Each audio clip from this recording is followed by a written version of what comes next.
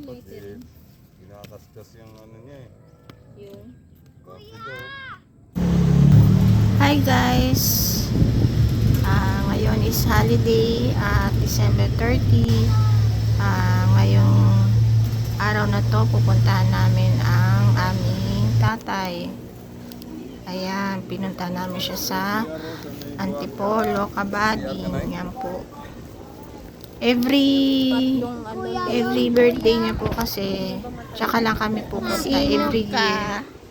Pumupunta kami sa tatay namin para dalawin siya dito po sa puntod niya. Yan po. Gusto ko lang i-save tong videos na to para for memories ba. Yun lang ang purpose ko. Yan. Dito po kami. Salamat po sa mga manonood at tatapos nitong videos na to. Maraming salamat sa inyo.